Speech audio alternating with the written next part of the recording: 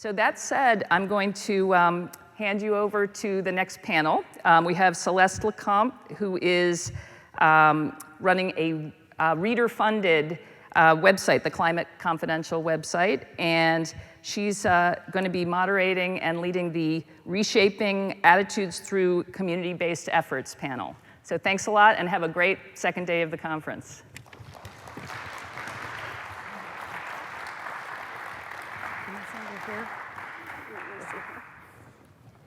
Thank you, Martha. Thanks for joining us, everyone. I'm Celeste Lecomte, and as she said, I'm a journalist. I've been covering climate and environment with a technology and business focus for about a decade. And I have with us a group of folks here who are going to talk about mobilizing the grassroots and their efforts to do so. Through my work as a journalist, I helped start a publication called Climate Confidential earlier this year that is funded through reader subscriptions and direct support. So I also have a little bit of experience trying to mobilize grassroots who care about climate change. So I'll start with you guys. Great. Hi, my name is Vanessa Rule. I'm the co-director and lead organizer of Mothers Out Front. I'm also the co-founder of Better Future Project and its volunteer network, 350 Massachusetts. And I want to tell you a little bit about what I've learned since 2006 when I started doing this work. So in the fall of 2006, I went to see An Inconvenient Truth. And I knew about climate change, but I really didn't appreciate the extent of the crisis and the urgency. And I walked out of that movie theater feeling pretty stunned and really alone and powerless. And I decided not to put those feelings in a box and walk away and move on. I decided to meet the feelings head on, and I went and found a local grassroots group in my community called Somerville Climate Action. And I showed up to the first meeting, and there were 5 people, and I thought, okay, you know, not a huge crowd, but it's better than nothing. And then after a couple of meetings, I decided to that I wanted to volunteer. So I went up to the leader and I said, you know, I'm ready to go. And she looked at me and she said, great, do you want to take this over? Because, you know, this is an impossible task. It's impossible to engage people around this issue. Nobody cares. And I said I would try. And for the next few years, we basically worked about 10, 15 of us on raising awareness, on working with our businesses and the residents and the municipality to lower carbon emissions through technology with conservation, energy efficiency, renewables. And that was great. That was a great community experience, but we weren't growing the numbers. And I knew just from seeing the science come out that there was no way we were going to get to where we needed to go by just doing things, given what our leaders weren't doing. And so I decided I needed to do more. So fast forward a few years to the fall of 2009, and it's the middle of the night, and I'm standing on Boston Common with 150 college students, a few community members, Bill McKibben and Jim Hansen of NASA, and we're about to get a citation from the Boston Police Department for having planted tents on the Boston Common to protest having to sleep in dorms and homes powered by fossil fuel energy. And the plan was to wake up the next morning, put on business attire, walk into the State House and lobby our reps to introduce a bill that would get Massachusetts to 100% clean electricity by 2020. That was a pivotal point for me. There was a door of hope that opened for 2 reasons. One is that I felt like the actions we were taking and the ask that we had was proportional to the crisis. You know, it wasn't changing a light bulb or putting in an energy sensor or weatherizing your house. It was going after the big problems. And then the second thing was the 150 students who were there had organized, you know, over a short period of time, over 2 months. They recruited each other on campuses across Massachusetts and managed to come together and build a campaign to make a difference. And I thought, okay, you know, if they can do this, I can do this. So I ended up co-founding Better Future Project to do that kind of work. And a few years later, I was at a conference that we organized, and a woman named Kelsey Worth attended. She's the mother of 2 children.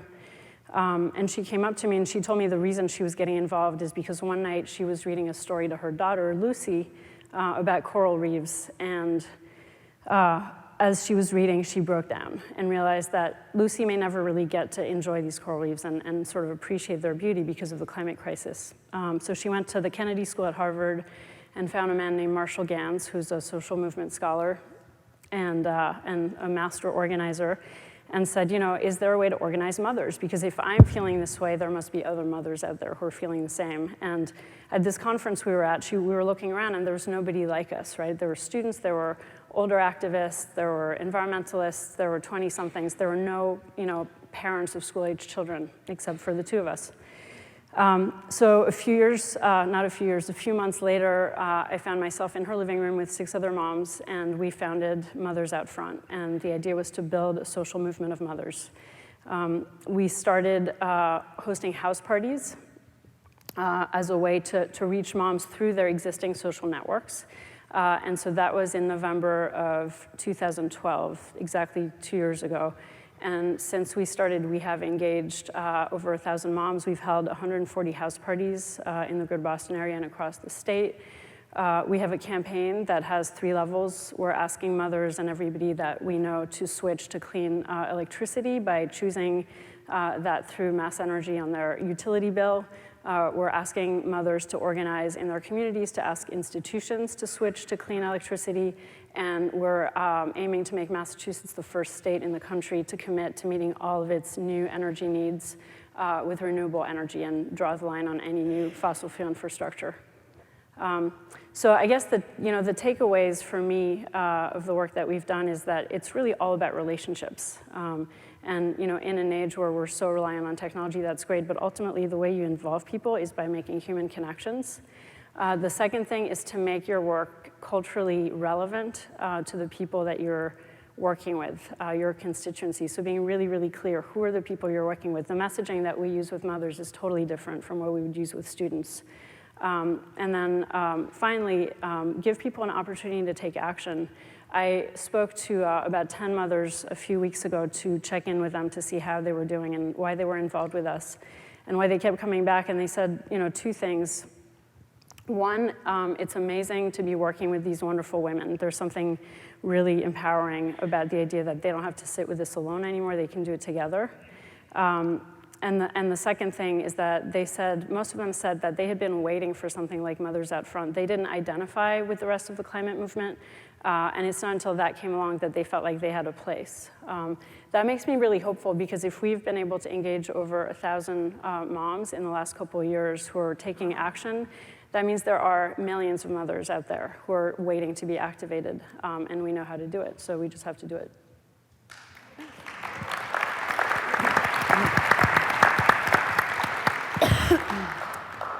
And Gary? Hi, my name is Gary Langham. I'm Chief Scientist for the National Audubon Society. And could I get my first slide up? Does someone have a clicker up in the booth, maybe? Anybody? Okay. I only have 2 slides, I promise. So Audubon was founded in the early 1900s by a group of concerned citizens that wanted to stop the plume trade and market hunting. So these things were both decimating bird populations, especially shorebirds, and potentially going to cause their extinction. And so the founding moment was really about a grassroots effort of like-minded people coming together to try to stop a threat and protect nature. And today we have 463 local chapters with about 450,000 members. And that's important because typically green groups kind of parachute in from the coast.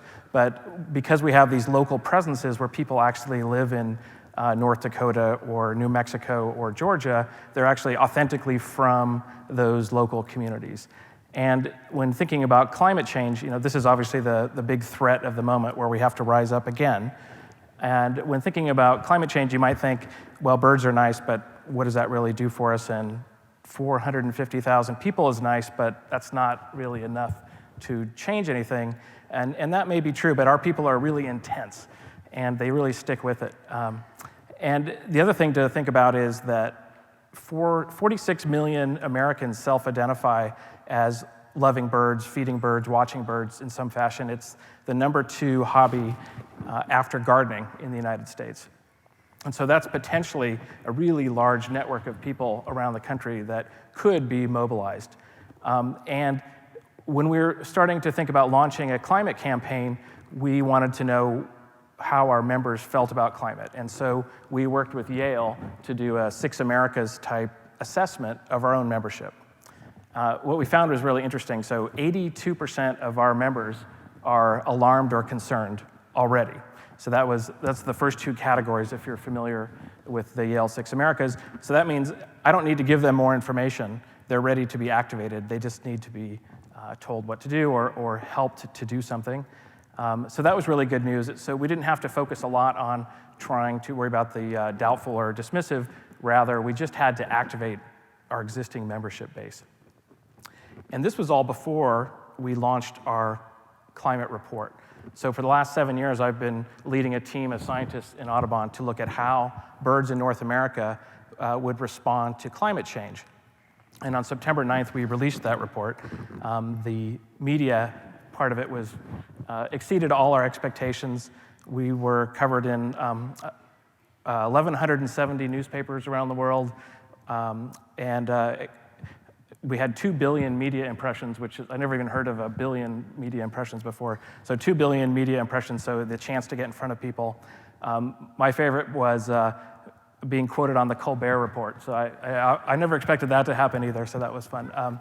So the media saturation was great, but it only takes you so far because there is so much media. And so Audubon was named after John James Audubon. And if you look at the picture on the screen above me, that is a picture of a golden eagle. But if you look really carefully, you may notice that it's actually a computer composite made up of smaller pictures. The smaller pictures are the John James Audubon paintings of the 314 birds that are most at risk from climate change in this century.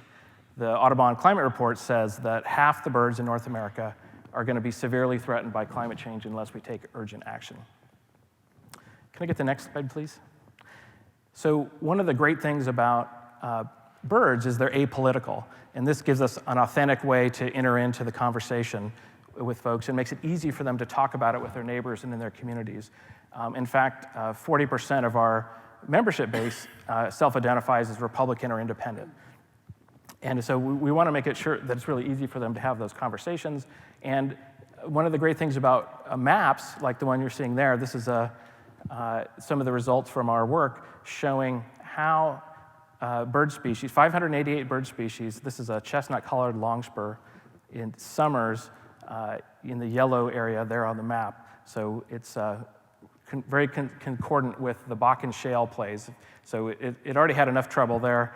And then you'll notice that as the screenshots move forward, it's looking from 2000, 2020, 2050, and 2080, and how climate change will reduce its current geographic space. The climate factors it depends on are going to shift dramatically in this century. And this is impactful for people because this is going to happen over the lifespan of a 6 or 7 year old now. So our children, our grandchildren, during the lifespan of the people we know, this is all going to play out. The other great thing about birds is because we had 588 species, we could allow our chapters to localize the message to talk about birds that they cared about, that were resonant and relevant for where they lived. And birds can really help define a place for people.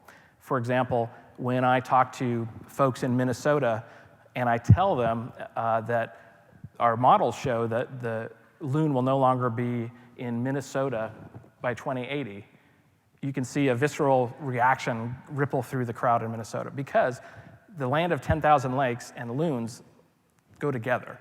And the idea for them that they won't be able to share with their grandchildren or their children in the summertime and hear the tremulo of the loon, it transcends. It goes from being about a fact about climate change to being about an emotional resonance about climate change. And that is something that affects where they live. It's a value thing. It helps inspire them to action. So if we're lucky, we're going to be able to help people have those conversations to help the social norming of being able to talk about climate change in terms of the values that are local and resonant for each of the 463 chapters. And lastly, I'll say that while the media launch was a huge success and people are responding, the real challenge now is they're saying that we know it's a problem, we're ready to take action, help us, tell us what we should do. And this was in the keynote yesterday, people, those that are convinced they need help in what they should do in the face of climate change. And so that's our big challenge, to take what we have now and then sustain it and nurture it. Thank you.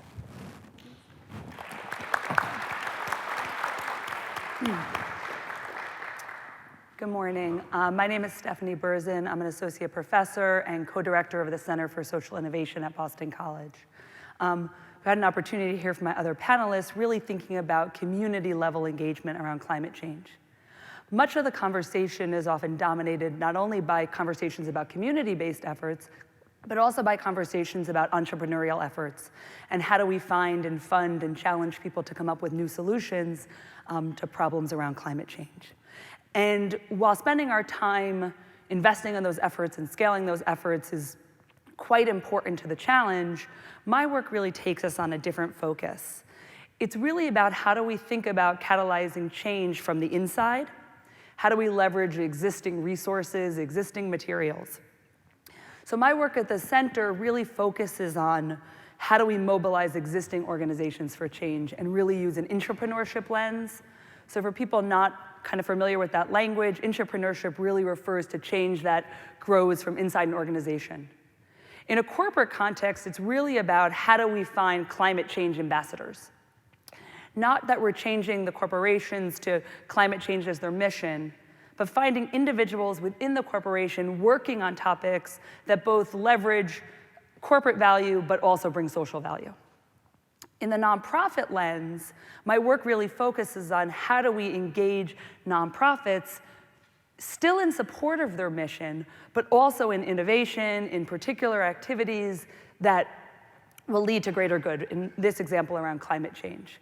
So not that it's about forming new nonprofits for climate change. It's actually about mobilizing the huge network of nonprofits that exist and making climate change part of their mission, helping them understand that they're actually part of this solution. And oftentimes, particularly in the nonprofit landscape, climate change is seen as something that's beyond the capacity for more traditional health and human service organizations. So I'm going to want to just share a quick example of one example of my work of how do you begin to emerge and have a discussion that really creates this entrepreneurial type of change. So I was working with a community in Medellin in Colombia. It's a city that had a long history of violence, really a disregard for environmental topics in a lot of ways. And then more recently has had a huge resurgence around innovation. They were named the most innovative city in the world last year. They have had huge investment in infrastructure, in entrepreneurship, in innovation, and technology. And climate was one of those topics that, while at sort of a basic understanding that they needed to address, really wasn't at the forefront of these efforts. And yet, it's a city surrounded by mountains with an unbelievable smog problem, limited public transportation, and really limited information about walking, in part due to this long history of violence and safety issues. And particularly around people with higher income, the use of public transportation was almost non-existent. So in order to work on this problem as a city, we started to engage and look for not an environmental organization per se, but how do we find and leverage entrepreneurs? And actually, the team was led by the Bank of Colombia.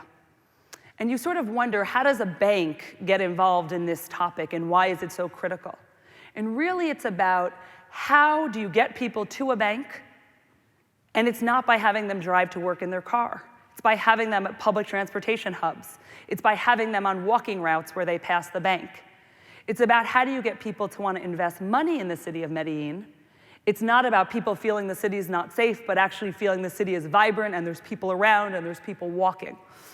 So interesting, we were able to get Bank of Colombia to be the leader of this initiative. And their effort was around how do we engage people in public transport and walking to meet their corporate aims, but also to work on this social aim. An environmental NGO became part of our team, and their work had really always been limited to, or I shouldn't say limited, had been concerned primarily with advocacy and engagement and community level action. But the policy action they had done had really not infiltrated into this kind of urban issue around public transport and walkability. They were two different groups, very different backgrounds, but really working on this common problem around climate change. They leveraged many people within the city. They worked with an engineering department of a local university. They started working with people in the public transport office for the city. At the larger government level, there was someone who was working from the Parks and Recreation and Mobility Department, and they worked with a social enterprise development organization. And through that team, again, led by a bank, they talked and thought and did research and tried to immerse themselves in understanding how they could solve this problem in a way that would both meet the bank's aims, but also meet the environmental aims. And what they came up with was the development of a relatively involved website and mobile phone application app that was to be used to report on safe walking routes, give public transportation information, tell you from where you are locally where the nearest walking route was for your destination. And it was sort of a social media Waze type app of people reporting in on safety and trains meets public information system of the MBTA or some kind of an organizational structure where you're just giving subway times. And it was because of bringing together people with common goals, but really different backgrounds and understanding, and really unleashing change not just through organizations that normally would be at that table, but actually bringing together people for whom there are different goals, but for whom share this common interest. I'll stop there. Thank you so much.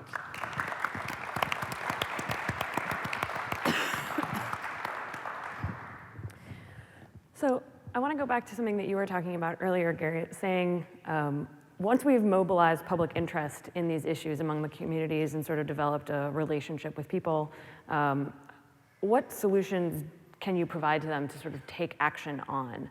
I think a lot of this grassroots mobilization has been focused on raising awareness and continuing to get people on board. I mean, but you said that you were starting out at 80% of your audience already cared about this stuff. So how do you take it to the next level? Yeah, I think it's the challenge is this, because it's grassroots, it can't be a top-down message, right? So we can't just say, here are the 3 things to do now, go forth and do them. We also need it to come from the grassroots, and what makes sense at a local level in North Dakota may not be the same messaging and actions that are going to make sense in California, say. And so this presents a challenge of messaging as well, because we know we need to reduce the cost. We know what we need to do, right? We need to reduce greenhouse gases tremendously. We need to prepare and protect the places that birds depend on, and that nature and people depend on too. But then, so having those kind of core things and finding a way for each of those grassroots entities to shape those basic ideas into something that makes sense for where those local communities are right now and what's possible. That is really our fundamental challenge right now. I just want to say one thing. I really love the idea too, though, of the common goal. And the loon example really resonated, and I think back to my conversations with the bank and the environmental organization, and it's really less about, at that level, about educating people just on reducing greenhouse gases. It's why. It's what's my personal incentive to do that. And I think the birds is a wonderful example of tying the activities to a message that actually resonates with individual people. And I would imagine, Vanessa, in your organization, that the mothers who get involved are someone already invested. But for uninitiated, really, how do you find those messages that engage people in that discussion? Actually, our mothers aren't already invested. Probably 3/4 of the people that we work with had not been engaged at all and involved. And it's basically, we have house parties. They come to their friend's house and start having a conversation that they've never had before. So what are some of them? I'm just curious. What are some of the messages of how do you engage them in that discussion? What's the incentive you? I mean, we talk about what it means for their kids' future, right? It's if we don't deal with this, their kids don't have a future. And being able to have that conversation and let the fear sort of creep up, and then say, the way to mobilize people is to combine urgency and hope. And so we give them the hope and the next step, really concrete next step of get together in your communities, you can switch, you have a choice, you can disengage from the fossil fuel industry, you can ask others to do the same, and then we need these much larger shifts that have to happen at the governmental and the corporate level, and you can build power together to make that happen, you know? Mm-hmm. When you're working with these groups of people who aren't already mobilized, I mean, your situation is very different than Gary's. How do you find those networks and sort of get yourself into them? How do you develop that grassroots? Through people's existing networks. So one of the reasons, you know, we go with mothers is that they have, you know, friends from the school system, from their parent groups, and so they're already there. It's sort of like churches. They already have the friendships and the relationships that allow them to work together and to trust each other.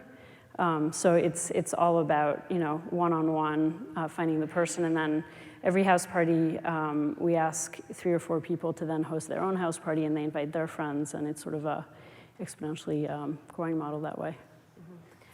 I mean, that's sort of the point you were saying about needing to mobilize ambassadors, you know, giving people the tools, I think, to go out and spread that message farther and farther. But when we were preparing for this, you know, we were talking about sort of what are the limits of that? Like, at some point, do you reach the end of a network, and then how do you continue to take your work farther once you get there? And does anybody? Well, my experience, as I said, and I gave one example, and I have others, but really it's around finding a goal that may not feel at the onset as a climate change goal, but other goals. And I think, you know, again, in your example, that for mothers, the discussion about the future for your children, you know, that's the clear common entry point. Right. And while it might feel like the network is ended in terms of who's involved in this specific issue, if you reframe the goals and in sort of what the outcomes are going to be, you know, who knew all the loon lovers who would get engaged in this issue, who maybe otherwise wouldn't. I mean, that's how I think about networks. Yeah. Well, and the notion of the ambassadors really resonates with me too, because in a sense what we're trying to do is give enough science and information and support for ambassadors to spring up across the country.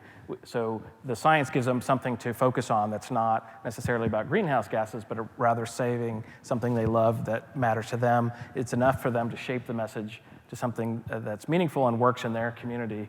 But I think part of this too is helping to give people the sense that there's a larger community that agrees with them, that they don't have to be quiet because they tend to get shouted down by the 15% of the dismissive, and making it socially acceptable to talk about climate change at Thanksgiving, for example. Maybe you don't talk about it as climate change, but rather as the loon or the chestnut-colored longspur, or something that would resonate with your family member that you might be able to change the conversation. But a lot of this has to be about making it okay for kind of the quiet majority to start talking about this in a public way.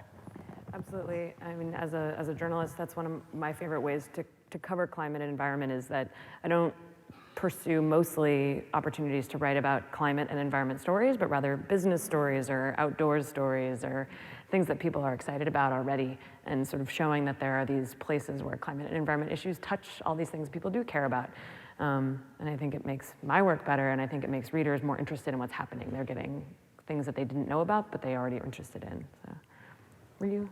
No, I was going to say that's exactly right. I mean, you know, mothers, we develop their skill in telling their stories and telling public narrative and talking about why they're involved and why they care. And it's less about, you know, the science is important, but it's really about making that human connection.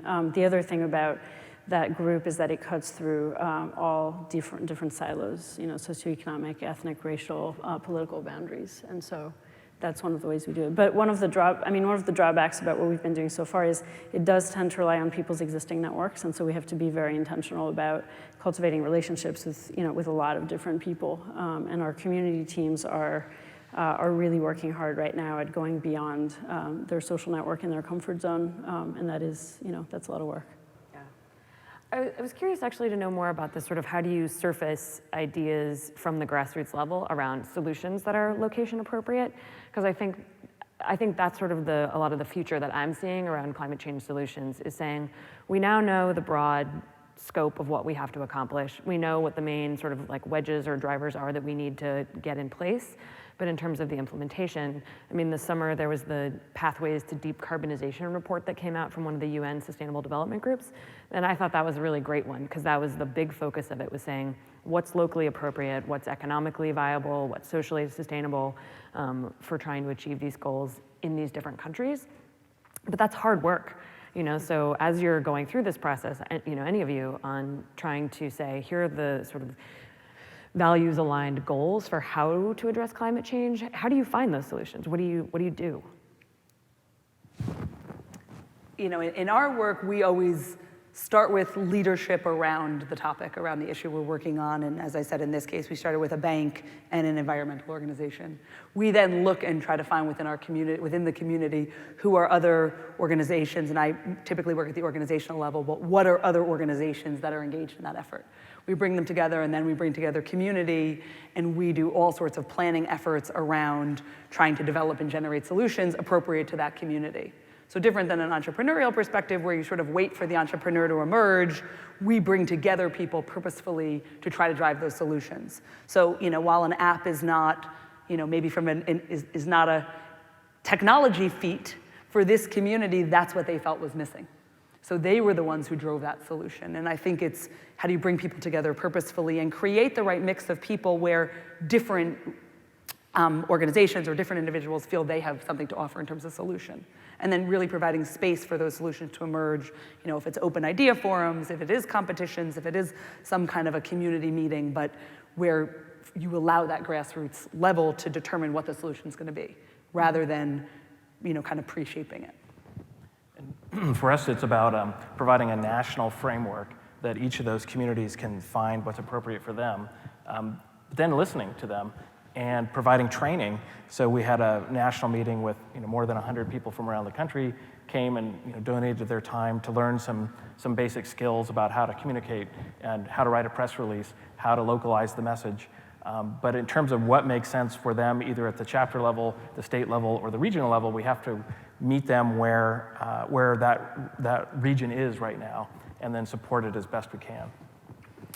Yeah, I wonder to some extent how going through that path can get you to sort of big wins, because this app may have really transformed people's use of public transportation or their walking routes, but I think that in terms of the scope of the solutions you're looking to achieve in those places, how do you scale that up? And I think you're working on sort of policy change with yours, or well, policy change. Yeah, we're trying to stop the burning of fossil fuels as quickly as possible. So whatever non-violent way we can do that. But really, we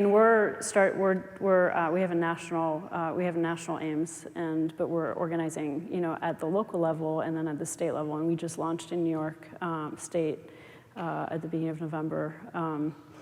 And I think one of the things that we do is we assume that people bring resources to the table that are unique to them and that they really need to draw on. So it's empowering a constituency to use, it's like David and Goliath. He didn't win.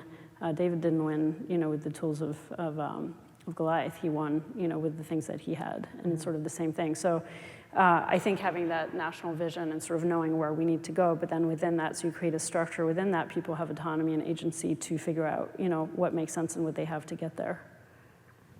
Yeah, I think people have so much more power than they think they do when they speak up locally to their elected officials, for example, and just letting them know that their elected officials actually pay attention. If someone from their area calls them and says, "What's your plan to save birds?" Because if you don't have one, then you don't represent me.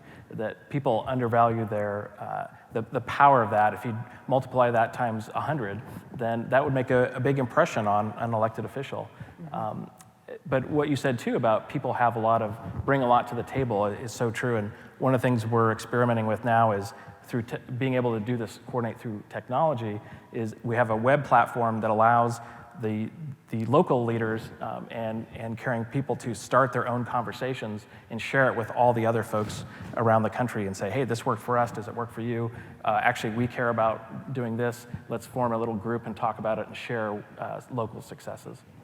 Yeah, I have friends in the technology community who were talking to me recently about trying to extend this idea within software, since we're here at MIT, of trying to fork solutions. Is you take something that's working where you are and you put it out into the world and you allow other people to take that and transform it for their needs. And I think that's a really interesting way to sort of think about how that's changing. Are you seeing examples of that with your audience already?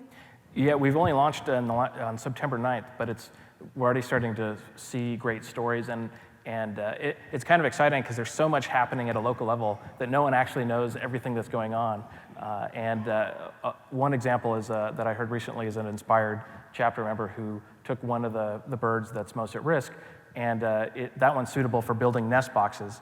And so they're taking part in a state-level program to build 10,000 nest boxes for this bird at risk. And they even bought their own home in part because it was important for that bird. And that's something they can connect to, that feels authentic to them and can make a real difference for a species that is limited by nesting habitat. So it seems also like the multiplicative impact of that is not just on the birds, the specific bird, but it's actually that ambassador concept. It's also then that person goes to whatever their day job is, and then they're bringing this new awareness. And that's when you also, I think, will begin to see change that's not just driven by the community-based efforts where people are actually working toward climate change, but actually where it's infusing throughout within organizations, within for-profit institutions. And it's, it sort of maintains that ambassador concept.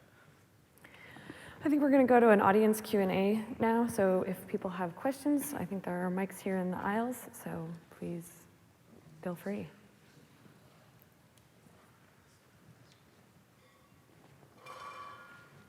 Go ahead.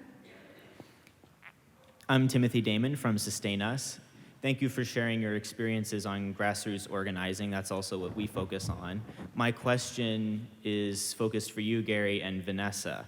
You both have a way of connecting with people in a nonpartisan fashion, whether they care about loons or their children and them having a future. But at some point, doesn't that have to still connect on the solutions to an area that is highly politicized? Suppose I'm a diehard Republican who loves loons and wants to protect their habitats or my children's future, but at some point I need to talk about reducing greenhouse gas emissions. So how do you conflict with these people's, resolve this conflict potentially of people's identities between caring about loons but being a Republican, for example? Yeah, maybe I'll start. I acknowledge that it is a challenge, and I think for us it's about not leading with a very politicized solution. So not by talking about cap and trade or a carbon tax or something like that that's going to instantly politicize the conversation, but focus on what's at stake, how that's a values-driven thing that people can share, and then looking for solutions that, the obvious solution is to reduce greenhouse gases, but trying to get there in a more organic way and making sure that conversation will resonate and be effective locally. And there are different ways to do it. So if it's about sea level rise on the coast, for example, maybe if you live in North Carolina, maybe you don't talk about greenhouse gases per se, but you talk about preparing for the next storm or smart investments in storm surge management. And so I think there are lots of ways to get at it, but I agree it's a challenge. Yeah, we haven't had a chance to really test that out yet. But I think what other social movements have done is really focus people around their common values, and I think that is what Republicans have done really well that Democrats haven't. And I think it is it's a ladder of engagement. So you don't start necessarily with big solutions, but you start with the relationship. You start with what can we do right now in our community. So it's incremental. I'll let you know we're hoping to be organizing in New Hampshire before the next presidential election and sort of do a test run of that. But we're thinking about our house party model is being adapted to different constituencies, different communities. So Bill McKibben is staying in Massachusetts. He's probably not going to end up in New Hampshire in our house party, our video clip. But yeah. I want to focus again on the solutions part of this, and Celeste, I think you did very well at raising this as a really important need. And to be a little heavy, I'm going to give you a B- on answering her questions about solutions, and I'll illustrate why. On a business trip, I picked up a public radio, Tom Ashbrook's On Point, and he was talking to students, undergraduates, who were in the environmental movement. The program communicated their sort of commitment and energy incredibly well. But I stayed in my car listening before I went into my hotel because I was hoping the students would say, or Tom would push and say, well, what are you proposing? All they said was get off fossil fuels. That's not a solution. That's the major part of the problem. The solution is, what are we going to do instead? And I think with a broader public, we can't get too detailed, and yet it has to become detailed. We can't rely on bubble up to give us enough. It has to be, in large part, centrally government-led. We're not ready for that. But I think we've got to give people that paragraph or so solution. And my suggestion is that we find a specific way of using 3 words. I work in this area. And the 3 words we use are improve, do better with our fossil energy technology, conserve. That's vitally important, and that's really where we can start with the grassroots involvement. And then transform, which is, what do we replace fossil fuels with? And it's largely going to be solar and some wind. But we have to do this, and I guess my question is, okay, guys, let's move the grade up from B- to at least into the A category. It's going to take real hard work. We don't yet have great solutions that drive themselves. It's much harder and more complicated than that. But can you say again, are you doing something specific to find those few paragraphs that tell people what we have to somehow achieve? Can I answer that? Yeah. I mean, I think for us, it's really about building political will and knowing that this country has done amazing things. You know, when President Kennedy said we're going to go to the moon in 10 years, all he had to do was to set that goal and then put the resources into it, and we figured it out. And I think that, you know, what we need right now are Americans saying, this is what we need to do. We need to get off fossil fuels. We have the technology, we have the policymakers, we have all the resources we need. It's just a question of figuring out how. So I think it's about demanding that we do it. Do you give women in the groups personal tools, though, I would imagine?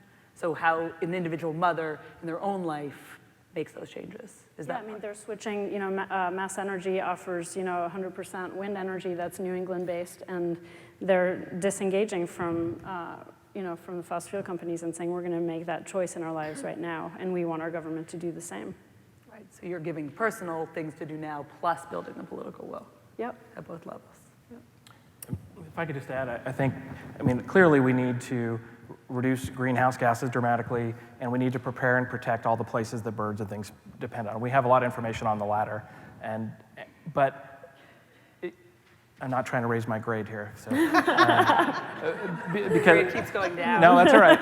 I'm done being graded. So but I think there's an important point we have to remember here too. Is I think one of the failures of the past 10 years on this movement overall is it's been too easy for the individual member of the public to say, there's no obvious solution, this is a global problem, I don't have anything to do with that, and so I'm not going to do anything, because until there's an apparent solution, I will do nothing. And one of the important things to me about building an authentic, grassroots, sustained the political will, as you say, is about giving people things that are meaningful that they can do right now with the power that they have, building towards when these larger solutions that we clearly need are going to become apparent. And I think we're sort of preparing the ground game for that, those larger solutions that you mentioned. Okay, yeah, thank you, Gary. You answered half of my question. Oh, good. And by the way, I'd give you guys all an A+. I've been a volunteer, and I know how much energy and just your whole mind is taken up with it. So I really appreciate all the work that you are doing, and everybody here. One of the things I want to ask, and this is really somewhat rhetorical, but I haven't heard it all in the past 2 days, and I think it's an important point. Does anybody suggest that they divest from fossil fuel investments, like the Rockefeller Fund just did? Just take your money out of oil. If we all took our money out of oil, the government would turn pretty quickly.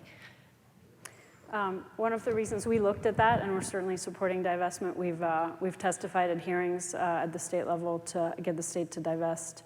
You know, we really focused on engaging our constituency, and so we focused on a message that felt that would resonate with the mothers we're talking to. And so, you know, what we're saying is that you know, we've done what we've done. Moving forward, we know we need to get off fossil fuels as quickly as possible, and so we have a choice, and mothers make that choice every day. We choose, you know, what's good for our kids and what's not good for our kids, and why on earth would we choose fossil fuels over and over again, given that we know that this is the bad that this is the wrong choice. And so, yeah, the divestment piece just didn't feel like it would, harder to talk about at house parties, not quite as resonant in terms of the identity of the people we're working with. So many of your mothers are not trust fund babies. Some of them probably are, and hopefully, they're making the connections. You don't know. So it's about ladder of engagement. It's about how do you Yeah. first engage somebody Right. and get, because these moms were, climate change was really not a polite topic of conversation when my kids were little, and I was trying to talk to my friends about it. It was just not okay to talk about it, and now we can talk about it. Yeah, thank you. I'd like to broaden the solutions part of this discussion. I think everybody in the room is in agreement we've got to stop fossil fuel emissions. I think probably most in the room would favor sustainable energy sources, renewable energy sources. But even if we do all of that tomorrow, it's not going to be enough. We need to get rid of the excess carbon in the atmosphere. Conventional climate science will say this isn't possible, that we're locked in for hundreds or thousands of years. But there are many biologists and soil scientists around the world who have been saying, in some cases for decades now, that in fact there's a lot that we can do with new methods of agriculture, specifically in capturing the excess carbon and returning it to the world's soils. A brief announcement, on 2 weeks from now, November 21 through 23 at Tufts University, there's going to be a conference, Restoring Ecosystems to Reverse Global Warming, that will be looking at many of these various proposed methods in depth. Many of you may also know Paul Hawken just announced the Project Drawdown effort, which will be looking at cataloging these ways of getting excess carbon out of the atmosphere. My question is, what can you folks do, or how can the climate movement help to get this message across that just cutting emissions isn't going to be enough, that we need to go beyond that and become carbon negative? Thank you. Can I add to that question a little bit before you answer it? I want to point you, Gary, at this one, because I think that the preserve and protect, or prepare and protect ecosystems where bird habitat is a huge part of this. This carbon removal piece is so much ecosystem based. Is that something you've been talking to your members about, or sort of tying the greenhouse gas with that particular piece of it? Yeah, not removing carbon per se, the way the gentleman's question was phrased, but certainly the prepare and protect, the adaptation side is going to be critical. Even if we were able to do everything, go carbon neutral now, we would still be experiencing big effects. So a lot of what we're focusing on is giving people the science and the tools to make smart conservations in the landscape. At that level, it's less perhaps about the local chapters and more about the regional elements of Audubon, the professional staff that can partner with agencies and things like that. But to the gentleman's question, I'll just add that I think the political will that we're all talking about building is ultimately the answer for helping to support solutions like the one that you mentioned. Yeah, I'll add to that a little bit and say that I think that is often an unexplored part of local actions that people can take, because landscape and ecosystem protection locally does have such far-reaching impacts that don't often get seen as a climate change solution, but rather as a sort of traditional green or conservation issue. So I'd be interested to see if that evolves in the work that you're doing with bird habitat in particular, if there are ways to connect sort of the mother's aspect with that, since kids ostensibly to spend time outside. And Can I throw out a challenge to the audience? Well, so I would love to hear from a social scientist, and because I suspect that if you can get people to take actions in their own lives that may not even add up to something like the big solution we're talking about, but if they take those individual actions in their backyard with energy efficiency, buying an energy efficient car, using public transportation, does that make them more likely to have those behaviors cascade throughout the community and extend throughout their lives and their families' lives, so that it starts to add up to something larger? And so if you know the answer, let me know. Yes. Yes, thank you. Yes. I think it can be paralyzing though, because I'd like to hear the buts at some, but maybe offline. yeah. Hi, Kathy Buckley, a volunteer with Sierra Club and 350 Mass and Fossil Free MIT, and I forget who else. Thank you very much for this panel. I appreciate the sense of urgency and hope at the same time. And I think it's terrific that we can get within organizations like Audubon, which I'm also a member of, and get into people's homes and organizations And I'm also wondering about the synergy, because I'm also a climate reality speaker, and there are thousands of us in this country, and I think one of the issues is they have a hard time, getting talks set up and getting people to come to talks, and I think rather than going to a local library and having to talk, if you could go to like an Audubon, organization and say, there's going to be a talk. It is Al Gore's organization, but depending on where I go, sometimes I say that and sometimes I don't, and people don't know, so it's fine. And I'm wondering also if the major organizations like 350 and Sierra Club and EDF and do you get together and share thoughts about how do we make this work? How do we get together? We continue to do our own things, but how do we make sure that we're really, trading notes and doing as best we can? Thanks. I can start if you want. So the Green Group, the CEOs of all the Green Groups get together regularly to share ideas and information. And then at the staff level, there are a variety of different ways to collaborate and connect. It's clear that no one organization or even that coalition of Green Groups is going to be enough to meet the challenge that we have. Yeah, I feel like, one of the reasons I got involved is because I feel like the Green Groups really weren't doing what they needed to be doing, honestly. They weren't pushing the envelope as far as we needed to go. And so for me, it's about people power and building that political will for what we need, not what is going to keep, funders funding your organization, which I guess is a pretty harsh thing to say, but I felt, I was part of that world, and yeah. We do need to do more. I agree. I need to do more in my own life. I think we could all challenge ourselves and our groups, and we all have to do it together. I did want to respond to the question about individual change. I think one of the things we found with our moms is that laying it on the individual can be incredibly disempowering, because the reality is we're living in a system that enables us to burn fossil fuels and to consume fossil fuels. And so, that's where sort of the power of people coming together and counterbalancing the power of the fossil fuel industry really with people power is I think we need to really be building that part of our movement. And creating incentives for that change, investment in that change, incentives for why to make the individual change when it's so hard given the systemic barriers. Mm-hmm. And I think that is all we have time for today, so I'm sorry about that, but find us afterwards. Thank you. Thank you, guys.